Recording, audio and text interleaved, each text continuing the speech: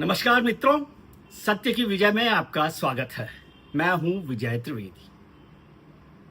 करीब करीब 1 महीना पूरा हो गया है हमारे इस YouTube वीडियो चैनल को और आपका बहुत ज़बरदस्त उत्साह, समर्थन, सपोर्ट, सहयोग सब कुछ मिल रहा है। उसके लिए बहुत बहुत शुक्रिया। इसी तरह आप हमारा उत्साह बढ़ाते रहिए। आज की बात शुरू करें, लेकिन आज मैं आपको ले जाना चाहता हूं 20 साल पहले। 20 साल पहले की घटना थोड़ी लंबी घटना है, थोड़ी लंबी कहानी है, लेकिन हिंदुस्तान की आज़ादी के जो राजनीतिक इतिहास है उसकी महत्वपूर्ण घटना है। एक ऐसे राजनीतिक किरदार की कहानी है जिसने हिंदुस्तान की राजनीति में एक बड़ा बदलाव किया। कांग्रेस की मोनोपोली को खत्म करने का बदलाव, सेकुलरिज्म की राजनीति को चैलेंज करने का बदलाव।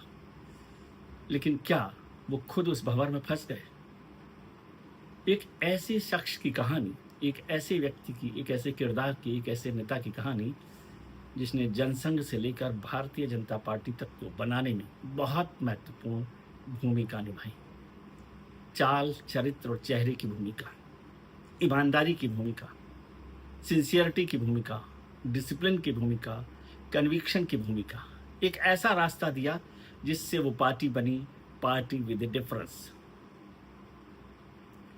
इस घटना का जिक्र इसलिए भी मैं कर रहा हूं कि इसने हिंदुस्तान की राजनीति को ही नहीं, पूरी दुनिया में भी एक बड़ी हलचल मचाई और भारतीय जनता पार्टी और आरएसएस, राष्ट्रीय स्वयंसेवक संघ की राजनीति में तो हंगामा कर दिया। एक पॉलिटिकल एंड आइडियोलॉजिकल स्टॉर्म। उस घटना ने उनका भी पूरा का पूरा राजनीतिक करियर बदल दिया।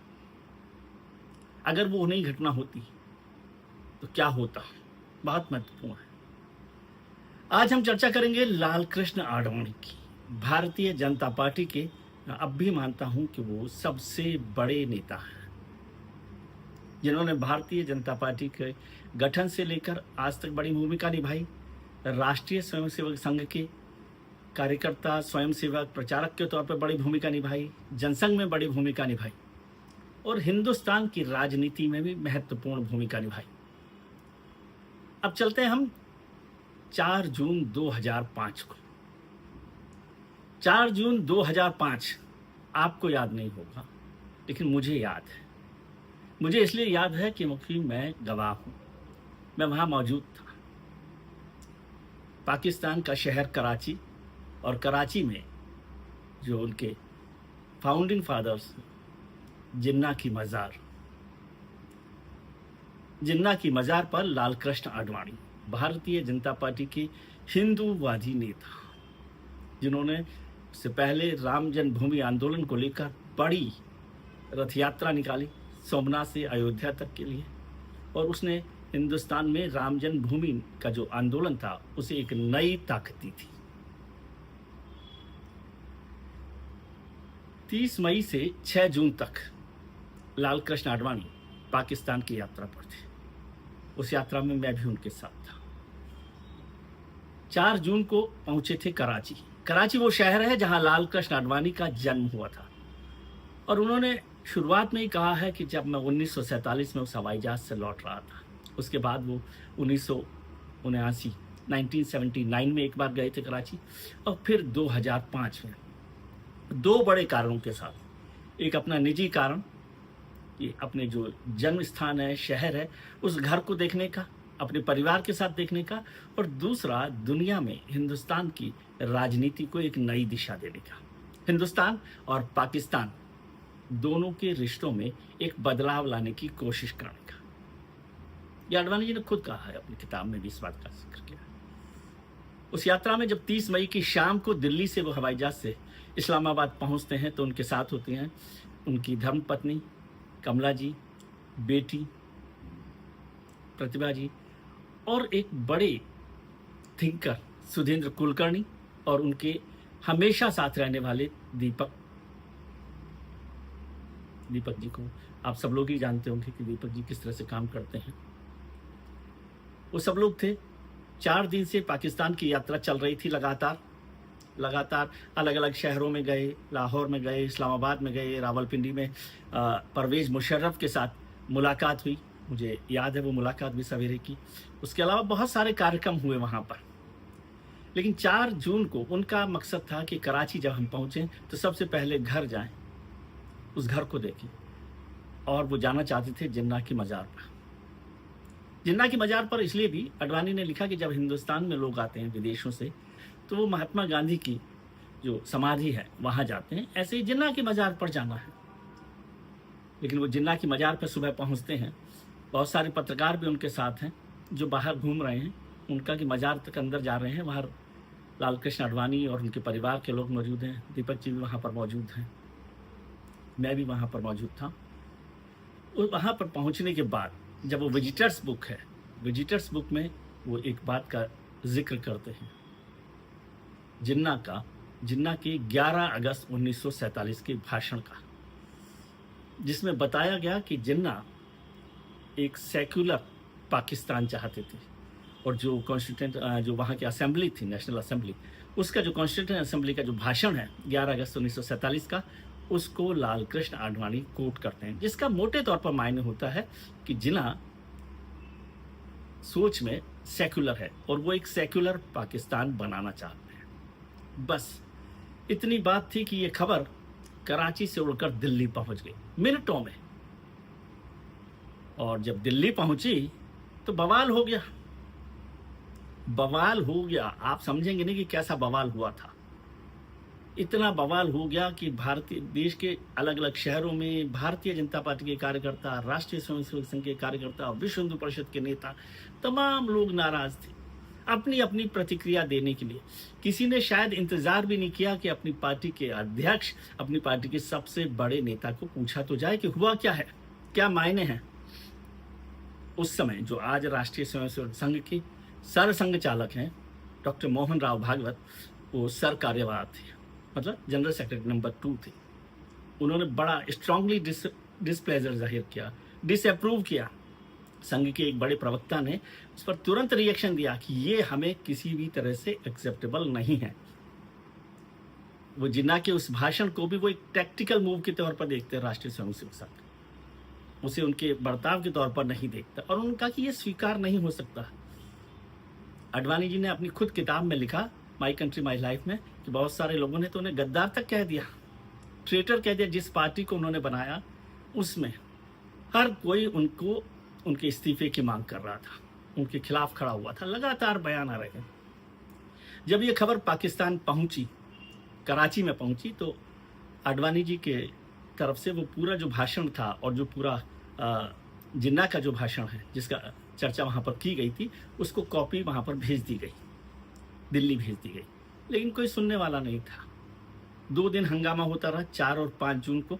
6 जून को जब दिल्ली लौटते हैं लाल कृष्ण आडवाणी, तो एयरपोर्ट पे पार्टी के बड़े नेता, उसमें वेंकैया नायडू साहब भी थे जो उनसे पहले अध्यक्ष थे, जिनके इस्तीफा देने के बाद अक्टूबर 2004 में लाल कृष्ण आडवाणी फिर से अध्यक्ष बने थे भारतीय जनता पार्टी के। उनके समेत कई नेता वहाँ मौजूद थे, और उन्होंने कहा कि क्या आप इस पर फिर से विचार करेंगे जो कहा गया है। तो उन्होंने कहा कि I have not said or done anything in Pakistan which I need to retract or review. यानी मैंने जो कुछ कहा है उसमें ऐसा कुछ नहीं है जिसे बदलने या उस पर फिर से विचार करने की ज़रूरत है। जब एयरपोर्ट से निकले और आडवाणी जी घर पहुँचे, उसके बाद दिन भर दिल्ली में हंगामा हो रहा था। मैं आडवाणी जी के घर के बाहर खड़ा था एक चैनल के लिए। पूरे दिन भर में सच बता रहा हूँ आपको ईमानदारी से कि शायद ही कोई भारतीय जनता पार्टी का नेता अपने आला कमान, अपने नेता, अपने वयोवृष्ठ नेता, उनको पूछने, उनका हाल पूछने या उनसे बात करने आया। शायद कोई आया हो तो मुझे याद नहीं। खासतौर से जो मेन रोड था वहाँ से तो कोई नहीं आया था। और लगातार बात हुई। आडवाणी जी ने कहा कि मैंने सोच ही लिया था जब पाकिस्तान से फ्लाइट में बैठ रहे थे कि मैं इस्तीफ़ा दे दूंगा, और उन्होंने बता दिया कि वो इस्तीफ़ा देंगे। उन्होंने लिख कर भी दे दिया, पार्टी को भेज दिया कि वो इस्तीफ़ा देने को तैयार हैं। जब इस्तीफ़ा देने की बात आ गई तो काफ़ी हंगामा हुआ। फिर पार्टी में ये कोशिश की गई कि उनको बनाया जाए, और पार्टी ने कहा कि नहीं, उनको इस्तीफ़ा देने की ज़रूरत नहीं है, हम आपके नेतृत्व में चलेंगे, आगे बढ़ेंगे। लगातार जो भी औपचारिक बातें होती हैं वो बातें हुई, लेकिन तूफान थमा नहीं। अडवाणी जी ने जो कुछ कहा उसको लेकर पाकिस्तान में बहुत प्रतिक्रिया हुई, क्योंकि वहाँ जो लोग थे वो जिन्ना को सेक्युलर मानने का मतलब समझते थे कि वो मजहब के खिलाफ काम कर रहे हैं। तो आप समझिए हिंदुस्तान में भी बवाल कट रहा था और पाकिस्तान में भी। अब उसके बाद जब ये बात हो गई कि भारतीय जनता पार्टी के पदाधिकारियों ने ये कह दिया कि आपको इस्तीफा नहीं देना, हम आपके नेतृत्व में चलेंगे, लेकिन तूफान थम नहीं रहा था और वो लगातार बात वहाँ पर चल रही थी, उसको लेकर बात हुई। अडवाणी जी ने कहा कि मैंने ऐसा कुछ नया नहीं कहा, वहाँ पर जो बात थी वो उनके भाषण को कोट किया था और उस भाषण को दोबारा भी उन्होंने वहाँ पर एक और प्रोग्राम था कराची में, उसमें डिटेल में कहा। लेकिन एक और बात उन्होंने कही महत्वपूर्ण कि 2004 की घटना है जिसका जिक्र उन्होंने किया। 28 फरवरी 2004 को इंडिया फर्स्ट फाउंडेशन का एक प्रोग्राम था पत्रकार दीनानाथ मिश्रा जी का। वहाँ पर एक पुस्तक का विमोचन होना था, रिलीज होनी थी, वो भी पाकिस्तान को लेकर थी। उसमें भी उन्होंने इस भाषण को कोट किया था और उस प्रोग्राम में भी भारतीय जनता पार्टी और संघ के कई बड़े पदाधिकारी थे, लेकिन तब कोई हंगामा नहीं हुआ, मतलब कोई नई बात उन्होंने नहीं कही थी, ऐसा उनका कहना है। लेकिन लगातार इस पर बात होती रही, हंगामा होता रहा। फिर जून के करीबन, शायद जून के बाद जुलाई अगस्त में उन पर फिर से कहा गया कि आपको इस्तीफा देना है, you have to step down. और अडवाणी जी ने कहा कि ठीक है। तो 2005 के दिसंबर तक उनको वक्त दिया गया था। दिसंबर 2005 में भारतीय जनता पार्टी का सिल्वर जुबली सेलिब्रेशन मुंबई में होने वाला था, तब तक के लिए उनको मियाद दी गई थी। एक घटना का जिक्र करते हैं अडवाणी जी, मर्फीज लॉ का। मर्फीज लॉ का अपने चैप्टर में शुरुआत में, ये किताब है आपने देखी होगी, पढ़ी होगी, माई कंट्री माई लाइफ, बहुत मोटी किताब है। इसमें पूरा उनका जो राजनीतिक, सार्वजनिक और जो निजी जीवन है उसकी पूरी हिस्ट्री भी है और हिंदुस्तान की हिस्ट्री भी है। और इसमें आप समझिए कि पाकिस्तान यात्रा पर 50 पेज उन्होंने दिए हैं। और उसमें एक और बात आखिर में उन्होंने कही कि मेरी ज़िंदगी की 2 महत्वपूर्ण घटनाएं हैं, उसमें एक है सोमनाथ यात्रा और दूसरी है पाकिस्तान की 6 दिन की यात्रा, जिसकी चर्चा हम लोग कर रहे हैं। और उन दोनों से मैं सेटिस्फाइड हूँ कि जो मैं करना चाहता था उस काम को मैंने करने की कोशिश की। खैर, थोड़ा वीडियो लंबा है, लेकिन आपको समझने की ज़रूरत है कि इतिहास में कैसे कोई बड़ा चरित्र कैसे अचानक भंवर में फंस जाता है। तो अडवाणी जी ने अपनी किताब में लिखा, मर्फी लॉ का जिक्र करते हुए, कि ब्राजीलियन ऑथर हैं पाउलो कोएल्हो, उनकी किताब का जिक्र करते हुए उनका कि उसमें मर्फी लॉ का जिक्र किया गया है कि जब भी आप, अक्सर ऐसा होता है, मर्फी लॉ कहता है कि जब भी आप ब्रेड पर बटर लगाएं और लगाते लगाते जो अपनी डाइनिंग टेबल है उस पर बटर लगा रहे हैं और खाने के लिए हो, तभी वो ब्रेड गिर जाती है। और जब वो ब्रेड गिरती है तो हमेशा बटर साइड नीचे होती है, यानी आप उसको नहीं खा सकते। तो वहां के लोगों ने पूछा कि भाई, एक टीचर के पास, एक संत के पास गए कि ये ऐसा क्यों होता है हमेशा कि हम बटर लगाते हैं ब्रेड पर और वो जब गिरती है तो हमेशा बटर वाली साइड नीचे क्यों गिरती है। तो संत ने कहा कि अच्छा ऐसे करना, कल आना आप, कल मैं बताऊंगा। अगले दिन गांव वाले फिर पहुंचे संत के पास। तो संत ने कहा नहीं नहीं नहीं, ऐसा नहीं होता कि बटर वाली साइड नीचे गिरती है। एक्चुअली ब्रेड तो सही गिरी थी, बटर लगाने वाले ने गलत साइड पर बटर लगा दिया था। और अगर जब बटर लगा दिया और वो ब्रेड ठीक तरीके से गिरी, यानी ऊपर बटर था, तो ये मिरेकल हो गया। तो अडवाणी जी ने लिखा, मुझे नहीं पता कि मिरेकल हुआ कि नहीं हुआ या मर्फी लॉ मुझ पर चला कि नहीं चला, लेकिन अक्सर ऐसा होता रहता है। बहुत सारी बातों का जिक्र अडवाणी जी ने किया है। उसमें एक जिक्र ये भी किया कि जब मैं सोचता था कि दुनिया में, उन्होंने बड़े उदाहरण दिए। उन्होंने कहा कि जब बर्लिन की वॉल गिर सकती है, बर्लिन की दीवार आपको याद है, वो गिर सकती है और ईस्ट जर्मनी और वेस्ट जर्मनी एक साथ हो सकते हैं। यूरोप के सारे कंट्रीज 2-2 वर्ल्ड वॉर के बाद एक साथ रह सकते हैं, आसपास आमने सामने रह सकते हैं, साथ जा सकते हैं, साथ काम कर सकते हैं। और नॉर्थ और साउथ वियतनाम अपनी जो बाउंड्री है उसे गिरा देते हैं। तो ऐसा क्या है कि हिंदुस्तान और पाकिस्तान एक साथ नहीं हो सकते। उन्होंने एक घटना का और जिक्र किया 1989 का, 1990 का। 1989 में भारतीय जनता पार्टी को बड़ा बहुमत मिला था। 1984 में 2 सीटों के बाद 85 सीट्स करीब मिली थी।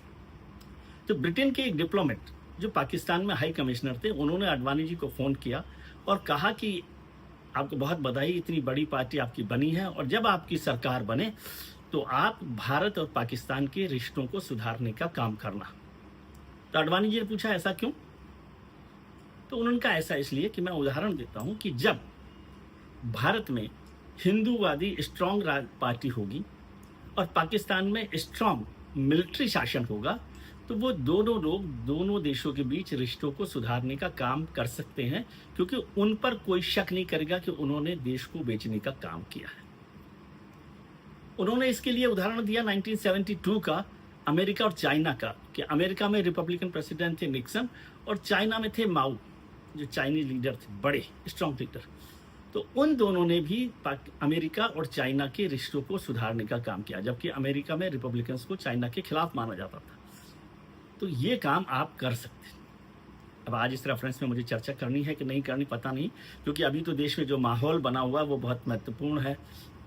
हमने अभी ऑपरेशन सिंदूर किया है, पाकिस्तान के खिलाफ बड़ी लड़ाई लड़ी है, उनके ठिकानों पर हमला किया है, वो सारी बातें हुई। लेकिन एक और महत्वपूर्ण बात की चर्चा मैं यहाँ कर दूं कि आडवाणी जी ने अपनी पाकिस्तान यात्रा का चैप्टर शुरू किया अटल बिहारी वाजपेयी की 4 लाइनों के साथ, कविता के साथ। उस कविता में कहा वाजपेयी जी ने कि भारत पाक पड़ोसी साथ साथ रहना है, प्यार करें या वार करें, दोनों को ही सहना है। जो हम पर गुजरी बच्चों के संग ना होने देंगे, जंग ना होने देंगे, जंग ना होने देंगे। ये आडवाणी जी की यात्रा का चर्चा, उन्होंने रेफरेंस जो है वाजपेयी जी की यात्रा कविता का रेफरेंस आडवाणी जी ने दिया है। अब खैर इसके बाद ये बात हुई, उस पर बहुत सारी बातें उन्होंने लिखी है, आडवाणी जी ने उसकी चर्चा की, लेकिन आडवाणी जी का पूरा पॉलिटिकल करियर एक तरह से धराशायी हो गया। उन्होंने इस्तीफा देने की बात की। हरिद्वार में विश्व हिंदू परिषद की बैठक हो रही थी, उसमें उनको बहुत आलोचना का सामना करना पड़ा। मैं उस हरिद्वार की बैठक में भी था विश्व हिंदू परिषद की। और फिर सितंबर में 18-19 सितंबर शायद था 2005 का, चेन्नई में बीजेपी की नेशनल एग्जीक्यूटिव थी, उसमें भी बड़ी बातें हुई थी, उसमें भी काफ़ी चर्चा हुई। उसमें इस्तीफे देने की बात आडवाणी जी ने कर दी और कहा कि वो दिसंबर में जब मुंबई में बीजेपी का सिल्वर जुबली सेलिब्रेशन होगा तब इस्तीफा दे देंगे, पद छोड़ देंगे। लेकिन उसमें एक महत्वपूर्ण बात उन्होंने की 18-19 सितंबर चेन्नई की नेशनल एग्जीक्यूटिव में, और उन्होंने कहा कि आरएसएस के साथ रिलेशनशिप को रिविजिट करने का टाइम है। बहुत महत्वपूर्ण बात है। और यदि उनकी लाइन को मैं कोट करूं जो सोर्स के थ्रू आई है, उन्होंने कहा कि Advani call to revisit BJP RSS relationship. Advani ji ने कहा चेन्नई की नेशनल एग्जीक्यूटिव में, BJP needed to assert its independent identity and not function as a political arm of RSS. ये आडवाणी जी ने कहा था। अब कितना नाराजगी हुई, क्या हुआ, उसके बाद जब दिसंबर में मुंबई में अधिवेशन हुआ तो आडवाणी जी ने पद छोड़ दिया, इस्तीफा दे दिया और राजनाथ सिंह जी को झंडा थमा दिया बीजेपी का, और राजनाथ सिंह जी अध्यक्ष हो गए। मुंबई की नेशनल एग्जीक्यूटिव में एक और महत्वपूर्ण घटना हुई थी जिससे भारतीय जनता पार्टी में तूफान आ गया, लेकिन उसकी चर्चा कैसी और दिन करेंगे, आज आडवाणी जी की चर्चा करते। उसके बाद ये रिलेशनशिप ठीक नहीं हुई, आरएसएस के साथ उनकी जो तनातनी थी उसका बड़ा नुकसान उठाना पड़ा, और एक जो इतना बड़ा नेता था वो अकेला पड़ गया, हाशिए पर चला गया। हालांकि ये बात ठीक है कि 2009 में भारतीय जनता पार्टी ने उन्हें प्रधानमंत्री पद का उम्मीदवार बनाया, लेकिन आरएसएस ने न तो उसका विरोध किया न उसका साथ दिया, और भारतीय जनता पार्टी वो चुनाव नहीं जीत पाई आडवाणी जी की लीडरशिप में। और जब 2014 के चुनाव आए तो 2013 में संघ के आदेश पर, संघ के निर्देश पर, संघ के सुझाव पर, जो भी आप कहें शब्द जिसको आपको इस्तेमाल करें, नरेंद्र मोदी को चीफ इलेक्शन कैंपेनर बनाया गया। गोवा की बैठक में, गोवा में एग्जीक्यूटिव हो रही थी, हालांकि उस समय भी उसी दिन उनको प्रधानमंत्री पद का उम्मीदवार बनाना था, लेकिन आडवाणी जी ने नाराजगी जाहिर की। आडवाणी जी नेशनल एग्जीक्यूटिव में नहीं आए और उन्होंने पार्टी के सभी पदों से इस्तीफा दे दिया। तो राजनाथ जी की अध्यक्षता में वो बैठक हो रही थी, उसमें फिर उन्हें चीफ इलेक्शन कैंपेनर बनाया गया। बाद में फिर दिल्ली में आकर उनको प्रधानमंत्री पद का उम्मीदवार बनाया गया। तो वो नुकसान, वो हर्जाना उन्हें उठाना पड़ा, संघ की नाराजगी खत्म नहीं हुई थी। ये सारी घटना है जिसने आडवाणी जी के पूरे पॉलिटिकल करियर को खत्म कर दिया और उन्हें हाशिए पर डाल दिया। 2-3 बातों का जिक्र छोटा सा मैं कोट करता हूँ। आडवाणी जी ने लिखा लास्ट में कि आई हैव नो रिग्रेट्स, मतलब ये सब होने के बाद भी वो आखिर में लिख रहे हैं कि आई हैव नो रिग्रेट। और रूजवेल्ट को कोट करते हुए वो कहते हैं, when you have decided what you believe, what you feel must be done, have the courage to stand alone and be counted. ये रूजवेल्ट को उन्होंने जिक्र किया है। और उन्होंने लिखा, one must stand by one's conviction, इसका जिक्र उन्होंने किया है। बहुत सारी बातों का जिक्र किया क्योंकि 50 पेज उन्होंने लिखे हैं, लेकिन मैं आपको बहुत महत्वपूर्ण बातों का चर्चा कर रहा हूँ। एक और घटना हुई उसी दौरान। इस घटना के बाद इंडिया टुडे जो बड़ी मैगजीन है उसने 2005 का न्यूज़ मेकर अडवाणी को बनाया, जिसका जो सम्मान था वो कार्यक्रम जो था वो 2006 में हो रहा था। उस मैगजीन में जो अरुण पुरी साहब हैं उन्होंने लिखा अडवाणी जी के लिए। ये इशू था 16 जनवरी 2006 का, कवर स्टोरी थी अडवाणी जी पर, news maker of the year 2005। और Arun Puri observe, Winston Churchill once defined a fanatic as a person who won't change his mind and can't change the subject. ये चर्चिल को कोट करते हुए कह रहे हैं अरुण पुरी साहब, समझे। BJP leader LK. Advani, the creator of the Hindutva movement, has often been labeled as a Hindu fanatic. Well, this fanatic decided to change his mind and change the subject for his party during his Pakistan visit in June last year. ये उसका है। अब केवल एक आखिरी line आपको मैं बता देता हूँ जो अडवाणी जी ने आखिर में लिखी है अपने इस पूरे चैप्टर के पूरे इंसिडेंट को लेकर। वो आखिर में लिखते हैं कि आई thank all those who welcome my Pakistan visit and also command all those who converted the controversy into one of the most educative public debates in recent times. लेकिन आखिरी लाइन लिखते हैं, for the issue that should be discussed is not so much Jinnah, but the future of Indo-Pak relations in the context of a new vision of peace, inter-religious harmony, and inter-state cooperation in all of South Asia. Let's develop a new mindset for reconciliation both within and between our countries without compromising on our principles. Let us not remain prisoners of the past. ये पूरी घटना है और ये पूरी घटना हुई थी 4 जून 2005 को। उसके बाद अडवाणी जी ने अपनी किताब में पूरे विस्तार से लिखा है। उनके पूरे पॉलिटिकल करियर में एक बड़ा बदलाव आ गया। बहुत सारी घटनाएं हुई, लेकिन मुझे लगा कि इसकी चर्चा करना आज ज़रूरी है। जब आप ऑपरेशन सिंदूर से निकल रहे हैं, भारत पाकिस्तान के रिश्ते एक नए दौर में पहुंच रहे हैं, तो इन सब पर चर्चा करने के लिए लगा। आज के लिए इतना ही। आपको कैसा लगा है ये वीडियो, कैसी लगी ये कहानी? चर्चा कीजिएगा, शेयर कीजिएगा, लाइक कीजिएगा और कमेंट भी कीजिए यदि आपको ये बात पसंद आती है, ना पसंद आती है। और नोटिफिकेशन के लिए बेल आइकन दबाइए। अपना ख्याल रखिए, उनका ख्याल रखिए जो आपका ख्याल रखते हैं। शुक्रिया।